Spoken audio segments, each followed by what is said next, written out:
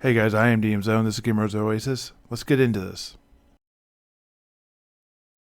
Okay, guys, so we're going to talk about weapon class. I'm going to be going into this in more detail and have some visual aids to kind of help us navigate what this is and to try and sort of splice two different combat systems that are both used in original Dungeons and Dragons and one that is used in Chainmail, the war game, and into something that might make more sense, hopefully, for those who really want to know how to incorporate this into their D&D game or chainmail game, if that's what they're doing. Okay, so by doing the addition of weapon class to the already somewhat complicated systems that are found within Dungeons and Dragons, it is both more complicated and detailed, but I think it's worth the trade-off and it's worth doing. So in Basic Expert, the BX version of D&D, they don't have weapon class. Instead of using the attack matrix, they just use basically THAC0, which is very similar, which I got into in specifically that video where I talk about the alternative combat system. But they only have a single attack round. With weapon class, this allows you to be more dynamic in your combat. You can choose to attack with faster weapons or slower weapons, to go first, to hit harder, to have more reach versus, other things that are important to a character in that particular moment. It means switching weapons has a meaningful choice beyond just the damage it does. Things like being able to parry, being able to go first, being able to get more than one attack, all that is based on your weapon class, i.e. your weapon you're using versus the weapon you're going against. There are further things in there like riposte and this type of stuff, but we're going to get into all of those terminologies a little bit later on. So if you're using this in the man-to-man combat system, it is very procedural. It slides in gently, nicely. It knows, exactly where it put it. It was kind of designed for this particular system, though it was designed for a war game in like single combat type scenarios, like if you're boarding a wall of a castle from like a siege tower or a ladder, or if you're boarding a ship, this type of stuff. Where the alternative combat system is more of a singular, small scale, skirmish maybe style game. They didn't refer to it as a role play game, but it would be later referred to that. Certainly would be a very this person versus that person type of combat in most scenarios. There are large scale combats.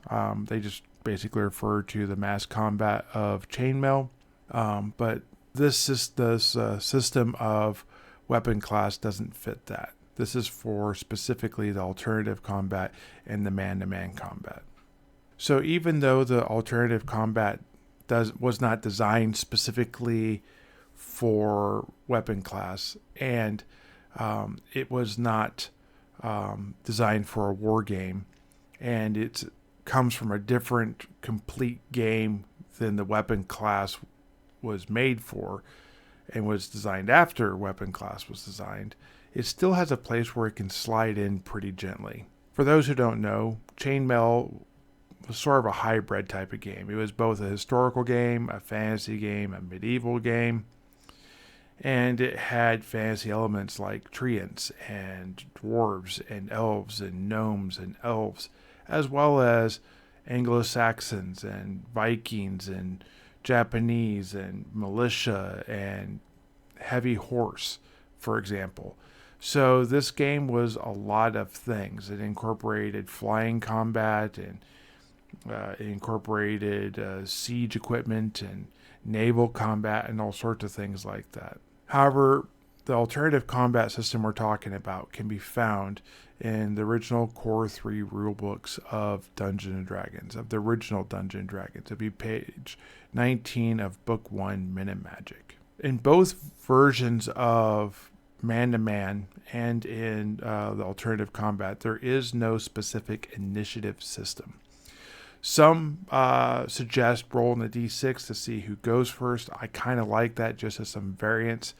I think also it makes it interesting for being able to determine not only who goes first, but if you are able to parry this turn when you would not be able to parry in prior turns. That adds an additional level of difficulty that inexperienced players or people who are not used to how the game works probably don't want to include. The procedural portion of the man-to-man rules written in Chainmail were not clearly wrote. There was some things you had to translate, some things that never really got around to. I believe a lot of these are because these games were wrote for people in the Twin Cities. They all played with each other. They probably had house rules that were literally just hand wrote or people knew or were assumed from other games. Like the best thing I can equate that to is a lot of us have played newer versions of D&D. We tend to interject those rules into original Dungeons and Dragons because it makes sense to us. The same thing is true for them. They didn't necessarily write the rules perfectly clear because they just assumed certain things would be known because of the games people were playing during that period of time. Some of these rules that are a little bit wonky and weird are like when two combatants are within 3 inches of each other, they're considered to be in melee combat. Okay. Well, 3 inches is 30 feet. 30 feet is a massive area for a character to control. It's frankly a massive area for a unit to control. But considering these games were often played on sand tables and they were set to mass combat, that kind of makes sense that this would be a thing. Same thing, being in charge of 6 grids on a board doesn't make a lot of sense. A lot of people kind of go to the anything you're touching, you're considered to be threatening, and many people associate something like reach to weapons.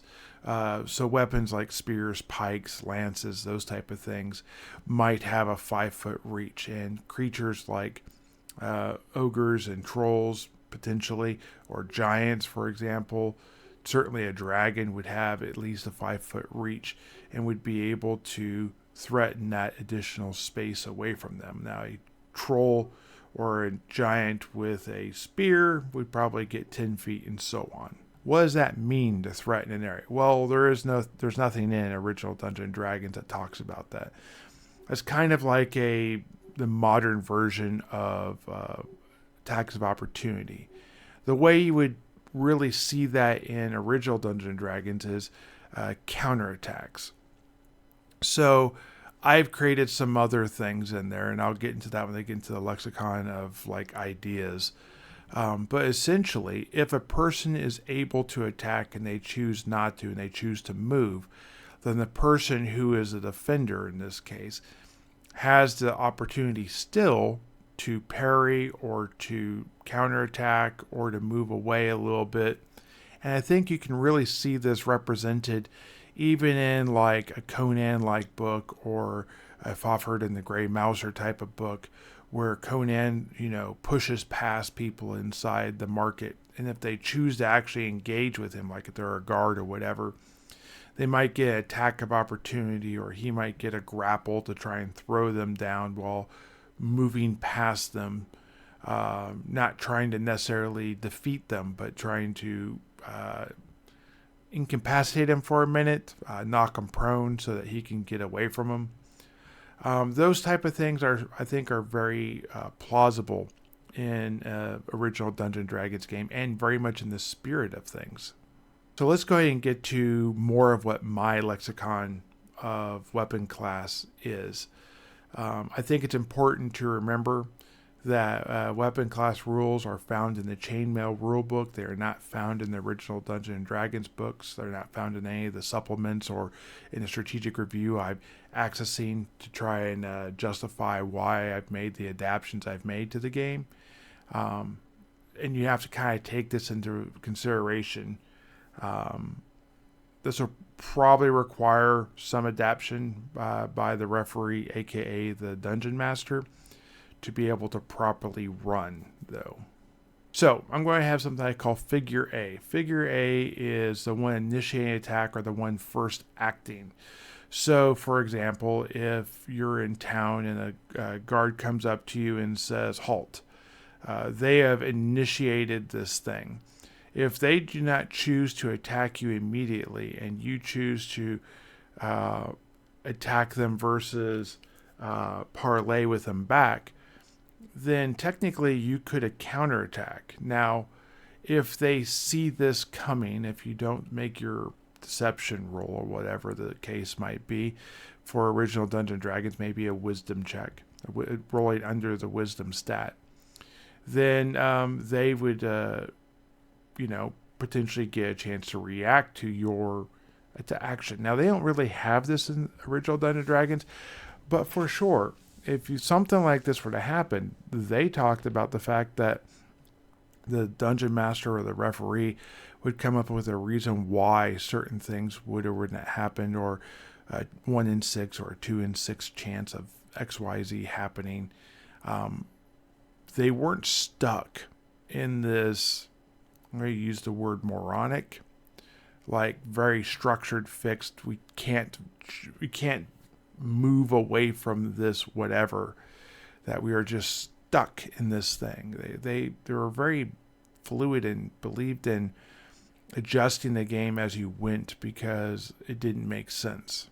Some things kind of sort themselves out. I talked earlier about reach, and there are some things that would come into this very specifically with the figure A. So figure A is charging figure D in this case, the defender. Figure A is using a long sword, and figure D is using a spear. According to the rules for spears, if they were to brace that spear and set basically for charge, they would be able to attack first because they have a spear. Same thing with a pike. Same thing if it's a person mounted on a horse and they're using a lance. Now, the way I would view this is the spear has reach. That means that when you step into that 5-foot range outside of melee combat, they get to go first. If you have a person with a lance and with a spear or a pike, then they would go at the same time because they're both entering that same space at the same time. That's kind of the way I see it. If the defender gets to go first and the attacker gets to go first because of some rule, I don't try and go to who exactly has the exact enough pluses or whatever to go first. I just kind of say it happens at the same time. That way you have simultaneous combat, and both the attacker and the defender can kill themselves in the same round of combat because the attacks complete before the damage is sustained and the attacker or defender is killed. I think that makes for a very dynamic combat, personally. I also feel like reach solves a lot of these problems. So it might be a counterattack to go first, but that's because as they enter the threatened zone, this is threatened space, the attacker, the figure A, did not have any action because they were outside of their range of attack. As they then continue to move forward, the figure D gets to go first with their counterattack. Now, this will be their counterattack for the actual combat round, and depending on weapon speeds, it may be the only attack they get that turn. But if they have a really fast weapon, and it's the second round of combat, then maybe they could actually get multiple attacks or cause a parry with the attacker A, figure A. Figure D, I've already talked about that as being the defensive fighter, the one that goes second, the one that didn't necessarily initiate the combat. This is sort of a loose generalization, and it might swap every other turn or so. But it's just sort of a way to try and identify a person in a combat without naming that character specifically. Counterattack, I've talked about that already a little bit. Counterattack is when the defender or the figure D chooses to attack. This is normally a choice. They usually have other options like parry, causing the figure A to have negatives to their hit to hit. They might choose to not engage the target and move away. I also give figure D the potential to move a 5-foot space away, moving outside the threatened range if they choose to not attack as like a defensive action. Okay, guys, so this is Editor Zone. Apparently, I forgot to talk about repost. Repost is nothing more than a counterattack that occurs when a parry does happen within certain parameters. I'll go ahead and put a card up so you can see that about here. Figure D decides to parry figure A. What this means is that all figure A's attacks are going to be at -2 in man-to-man specifically.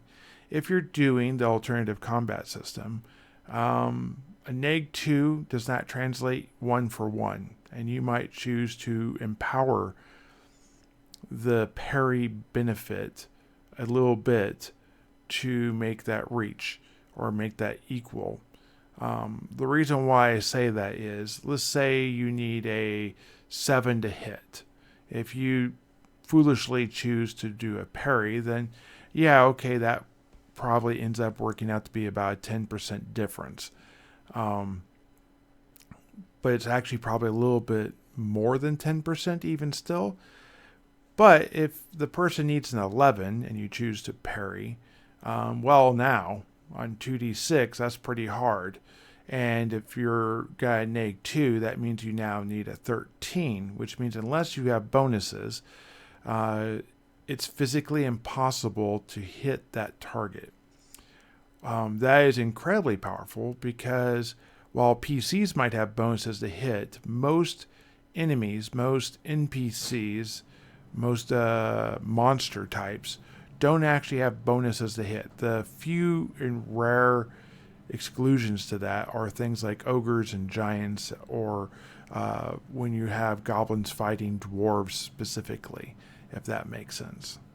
So that wouldn't translate the same as a -10% to hit or whatever. So instead of needing a 14 at first level fighter being able to attack AC 5, you now need a 16. Now that's not the same trade thereof. I don't know whether a person would want to give the defender a D4 to maybe a D6 or a D8 damage reduction. That could be a thing.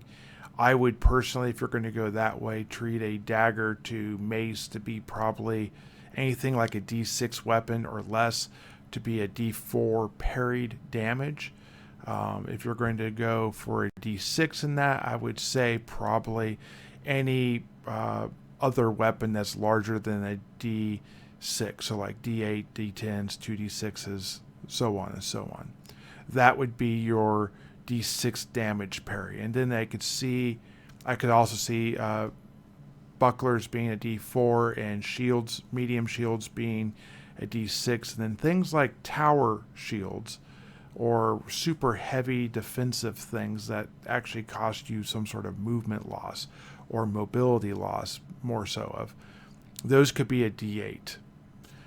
In certain games or certain fighting styles, it was possible to see a person using 2 shields as a complete defensive combatant, basically meant to tie up a space. In that situation, instead of doing 2 D4s, I could see a D8 being used in a full defensive parry type of thing. Flanking, on the other hand, is when a person comes in from the side. Generally, this is done through stealth or through multiple combatants. If you have someone you're fighting, let's say the big bad guy, and one of his henchmen comes into the side and attacks you, the henchman gets this benefit. What this means is that the character will automatically attack last, at least versus that henchman, not necessarily against the big bad guy. But the person flanking for sure gets to go first, and they get a +1 to hit. Now again, this is set up for man-to-man, not exactly for alternative combat. So you might change that to a +2, and you might take away things like dexterity if they have that as a fighter class, as they're unaware of the attack coming in. The same thing goes for the rear attack. And in that one, you specifically might take away the dexterity. That was a thing they did in future editions of the game. That makes a lot of sense. You could also give, instead of a +2, you could give a +4. Or you might just save that for the thief when they attack. When these rules were wrote for alternative combat, there was no thief, there was no backstab. That was a thing that came out later.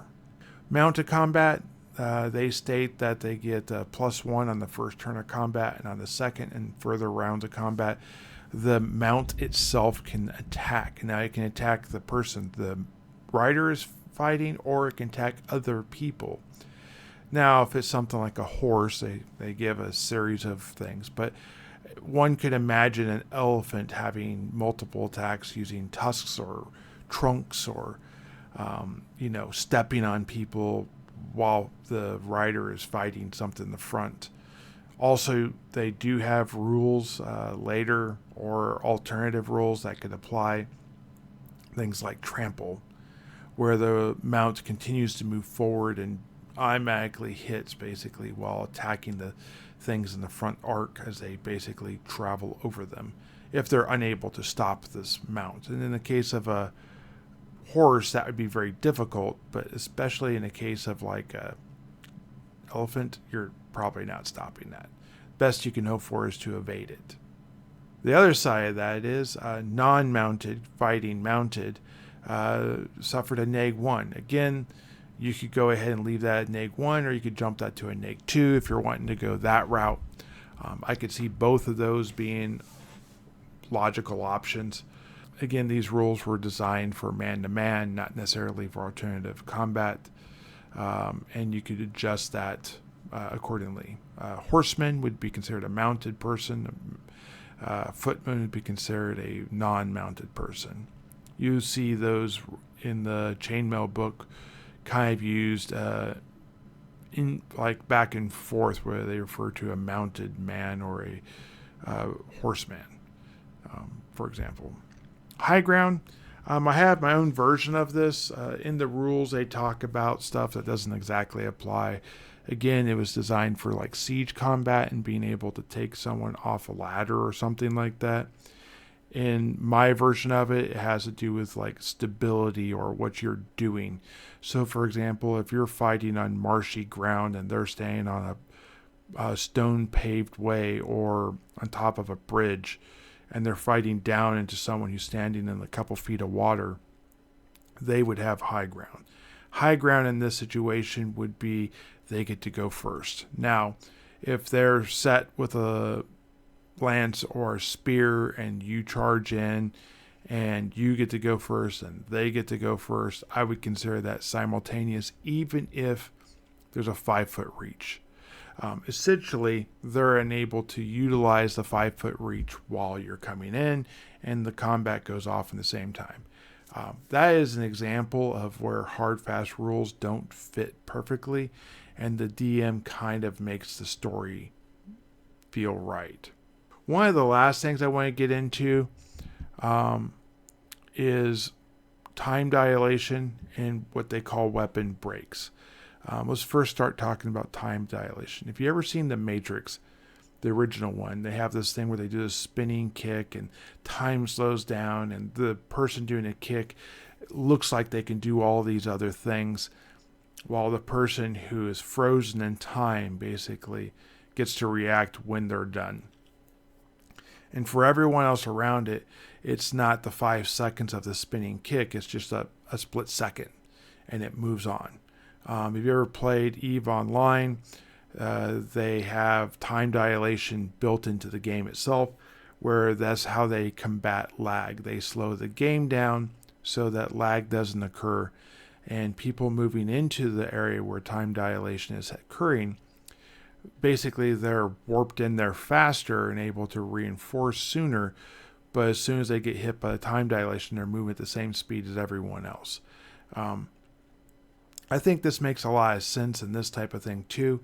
If you have a person with a dagger fighting a person with a spear, and they're getting an extra attack, so they get to go first or parry, and then they get to go one additional time at the end. So they're attacking twice or the equivalent thereof with a parry. And the person who's fighting the goblin next to them is using a longsword versus a mace, and they only get one attack a round, while taking in that dagger's 2 attacks for every one, or the fact that that person's using a weapon class 8 versus weapon class 3, 4, or in the dagger's case 1. All these rounds go by at the same time, and though it may not fit completely time-wise or even weapon class-wise, when they get done with the combat and they merge these 2 combats, it just gives you a nice smooth point to merge in, and you have to kind of accept that speed was moving slower or faster for some of the people, while it was going normal-ish for the other group, the one that got merged into. Weapon breaks. I don't believe in the way they view weapon breaks specifically. This was set in a very binary manner, not in a original Dungeons and Dragons feel.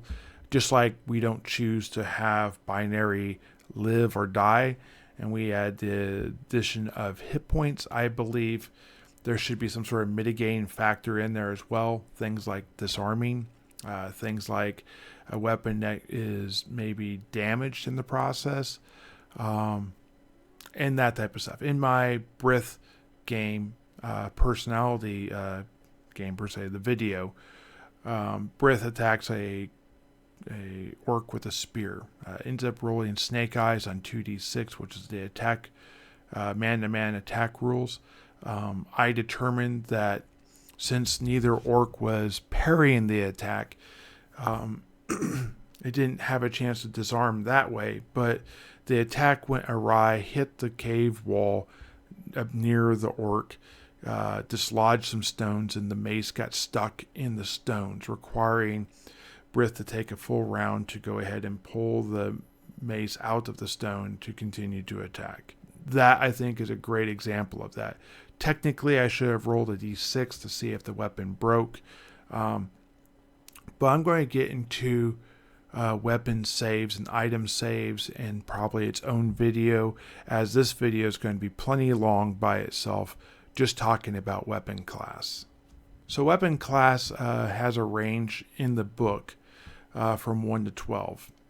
I'd be hesitant to try and adjust a weapon class to a beyond that, because weapon class is not a single thing. It's both the attack style, the reach, the speed, and the damage of the weapon.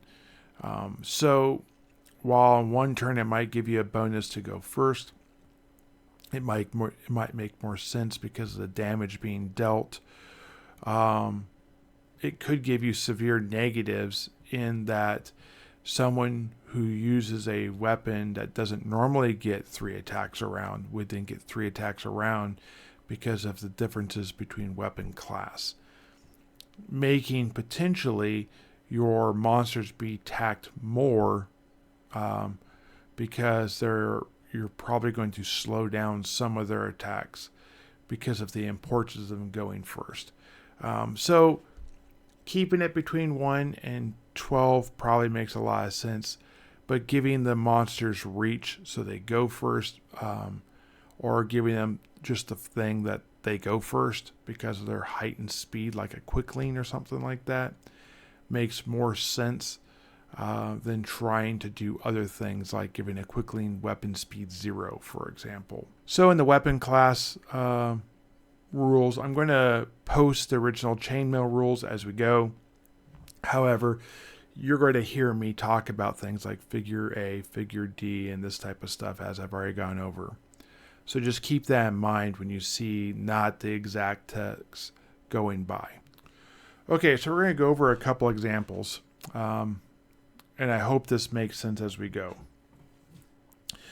This is how I set up my original Dungeons and Dragons solo game. I'm going to be doing some other games like this too, but currently this is the system I'm using. So this is Osgard and this is Stigith, and these are some goblins and that type of stuff. And I could add a rat or something over here if I wanted to, and maybe some more goblins that might be adding into the combat later on. Okay, so we're going to have figure A as Stigith here, and he's going to be going after 2 goblins. This goblin is going to be using a spear. Stigith uses a hand axe.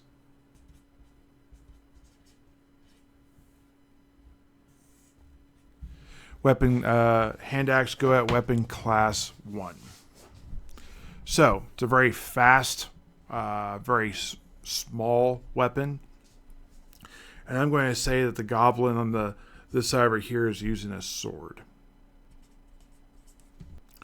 Swords go at weapon class 4, so I'm going to put a little 4 next to him. I'm going to put a 1 next to Stigith. Okay.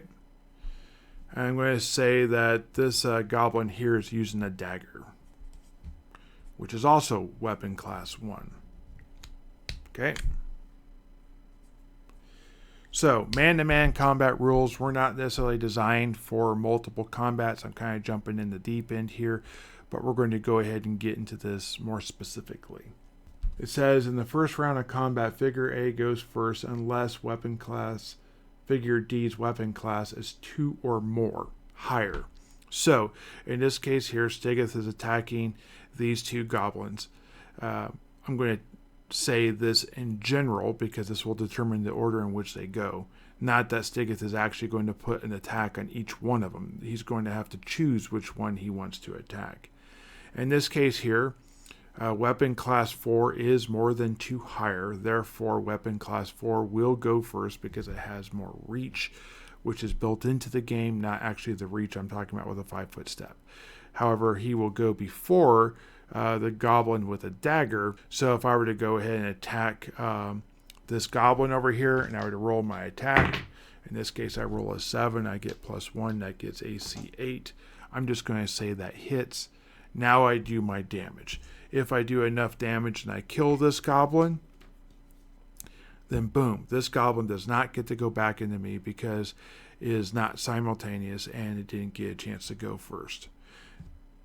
This goblin, though, would then get a chance to go back into me, and it could kill me, it could hurt me. Now, if I decided not to go after the goblin with a dagger, and I wanted to go after the goblin with a sword, because the sword does more damage, and I want to eliminate the greater damage potential, then this goblin would go after me, but this goblin would still go first. So this goblin here gets to go first.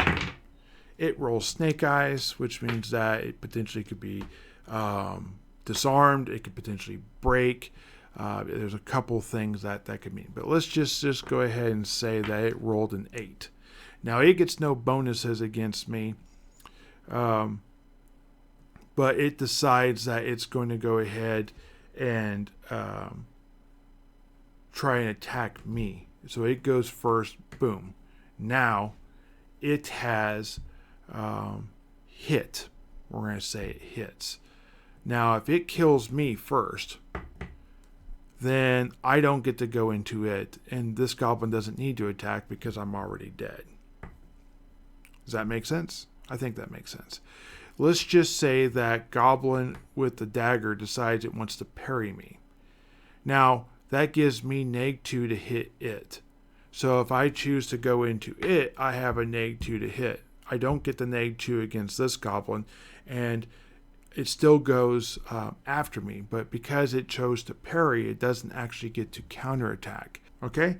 And that's kind of what I'm getting at with how this works and how you can still have multiple combatants and everything works fairly well. It just isn't so clear because of the way it was wrote. Now let's go over here and look at this one here.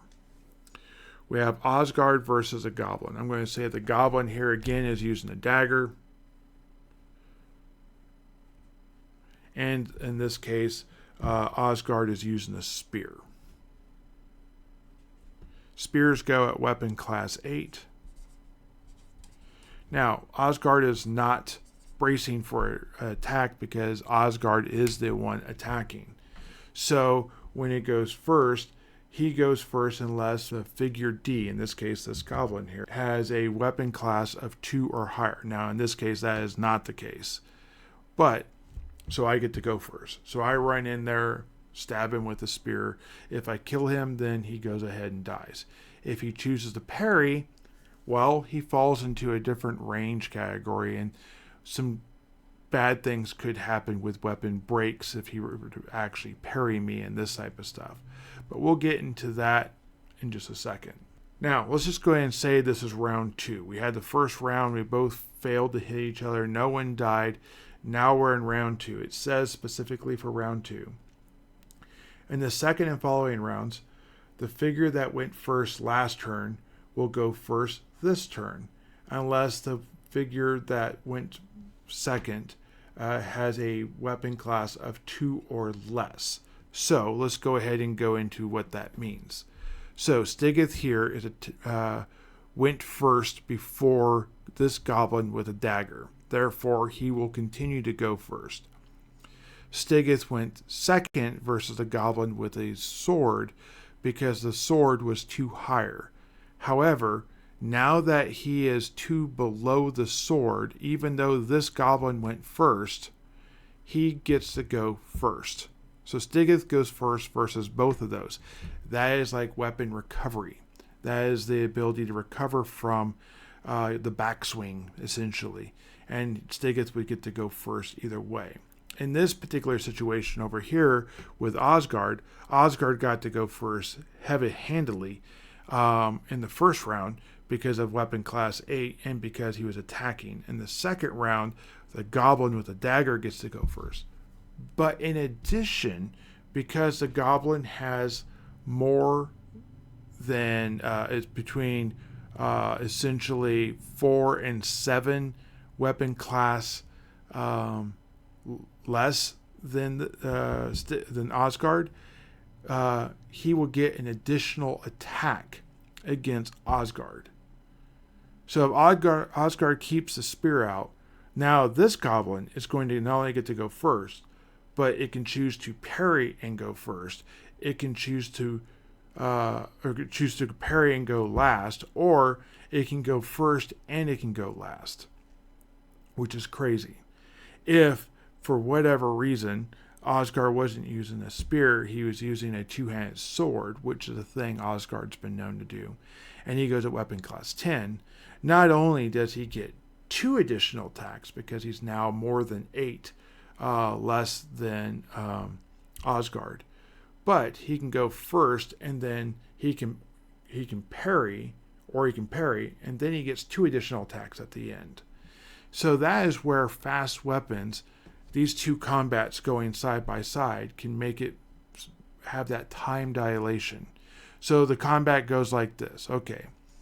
So Stigith is going to go and attack the one with the longsword because I don't want to be attacked by the sword. It does more damage. Asgard is going to attack the goblin with a dagger. However, the goblin with the dagger gets to go first. So combat would go like this. Stigith goes first either way versus those 2. Stigith rolls a 5. He misses, even with a +1 from strength. Asgard gets to go last.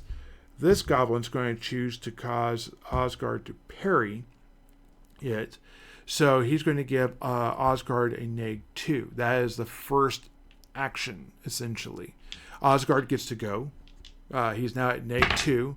So even though I rolled a 6 and he gets a +1, which would be a 7, which I would say would still miss, but even if it was to hit, then he'd be at -2. Now, if that would have happened, then according to the rules, this goblin just broke its weapon. I would give this weapon a chance to save. In this case, since the dagger is metal and the spear tip is metal, I would say it's a 1 in 3 or 3 in 6 chance. So in this case, the weapon breaks. In this case, the weapon does not break. And that's kind of how that would work. If it was, well, actually, it'd be a 2 in 6 chance because the dagger would be considered small and the spear is considered normal. But if he was using a 2-handed sword, then that would actually only be a 1 in 6 chance to not break your dagger. So there's some negatives when you have a really small weapon to actually parry. If you are using a metal weapon and they have wooden weapons, it makes more sense to parry. Essentially, that's a little bit of battlefield damage going on, which I think really makes the game dynamic. But let's just go ahead and say, let's take all this back. Let's rewind time. And let's say this goblin is going to go first and they're going to go second with their secondary attack. So this goblin goes before Osgard. In this case, a 10 for sure would hit. Osgard is wearing leather. I think he needs an 8 to hit, so this would for sure hit. In this case, he would do a d4 points of damage. We're going to say Osgard survives. Probably would. Osgard in my game is actually second level now, so a very real possibility. However, Osgard goes back into him. In this case, an 11 for sure would hit. Probably would kill with a d6 plus 1 damage, probably a good chance to kill. However, if this goblin were to survive, he would then get a secondary attack. Going back into him again with a 10, that would for sure hit. And I don't know if Osgard could survive 2 even d4 attacks. There's 3 damage and 1 damage. So yeah, Osgard would survive that. He has 6 hit points. But that is how that combat would be dynamic. One character gain 2 attacks, 2 characters gain 1 attack, all happen in the same combat round. This goblin dies, this goblin gets to go twice. Guess what? When this goblin dies, then he can join here. Everything is the same. They both go, well, this one here would get probably a charge, so he would get to go first because even though they're both weapon class 1, the one initiating combat, the one that becomes figure A, would get to go first. And then that would be how combat kind of goes.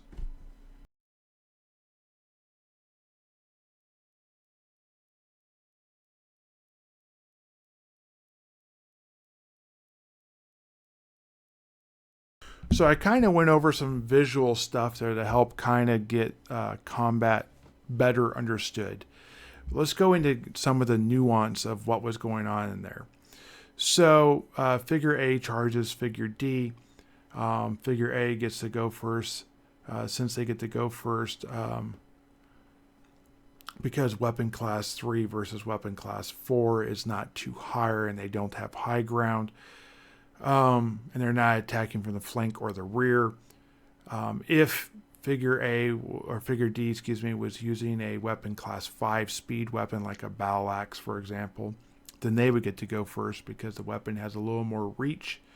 However, in the second turn of combat, figure A versus figure A with a weapon class 3 versus figure D with a weapon class 4 would go first again because the weapon went first last turn, and figure D is not 2 or less.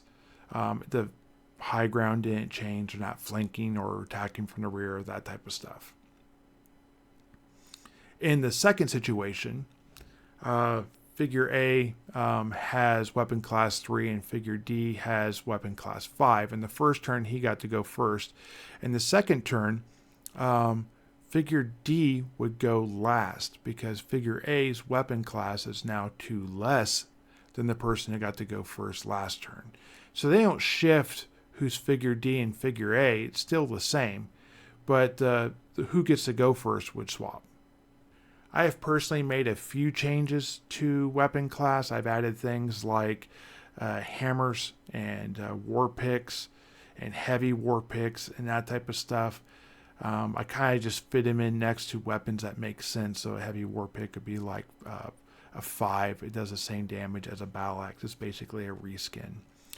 A war pick would basically, and a hammer, basically weapon class 3. They're just reskins of maces. They do the same damage. They do the same type of thing. So if you have a weapon like a bow staff you want to add, try to avoid all the specialty rules that give it +1 like you would find in 3rd edition, where you get all these extra bonuses, and just sort of find something that narratively makes sense and then use the same weapon, just calling it something different.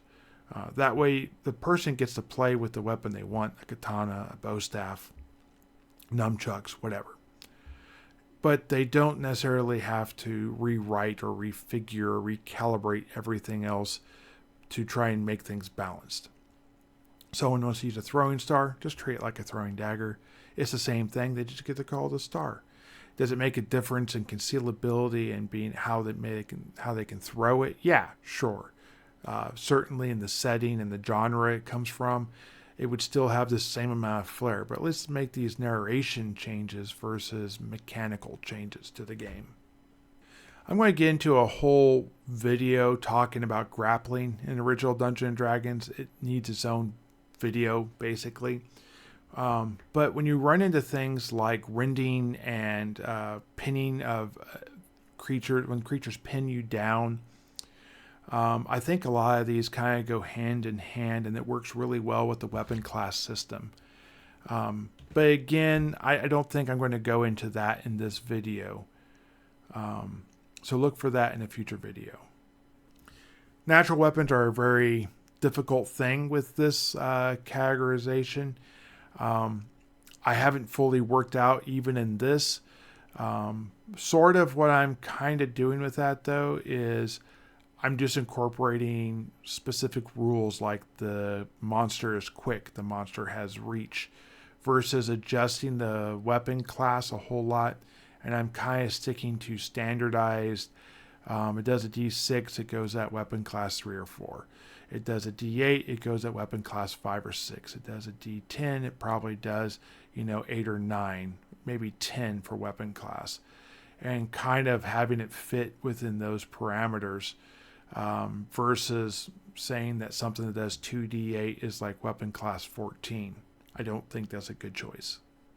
I think that weapon class is very important for the distinguishing the classes within Dungeons and Dragons. If you do not use weapon class, then the difference between a cleric and a fighter is very minimal. When you start to take into consideration that a cleric can only use a mace, or in my case probably a warhammer, which is the same weapon class, they don't get all the benefits of multiple attacks, parry, not being able to parry, going first, going second, that a fighter or a thief that can swap weapons gets. And this is especially true with that of a magic user who's limited to a dagger. When you take away weapon class, you basically put all these a little bit more on par and a little bit more even, and take away the specialness of a more martial-based class. There are also some optional rules where people start to throw in things like dexterity modifiers, being able to adjust certain things, and the haste spell, which only actually increases movement speed, maybe giving someone the ability to go first in combat, which could make a lot of sense, which means that people would go Simo if they were charging a person who was hasted, or if you had high ground and that person was hasted. I think this type of stuff makes a lot of sense and is also very dynamic. However, I would be cautious about going too much into things like dexterity adjusting weapon class.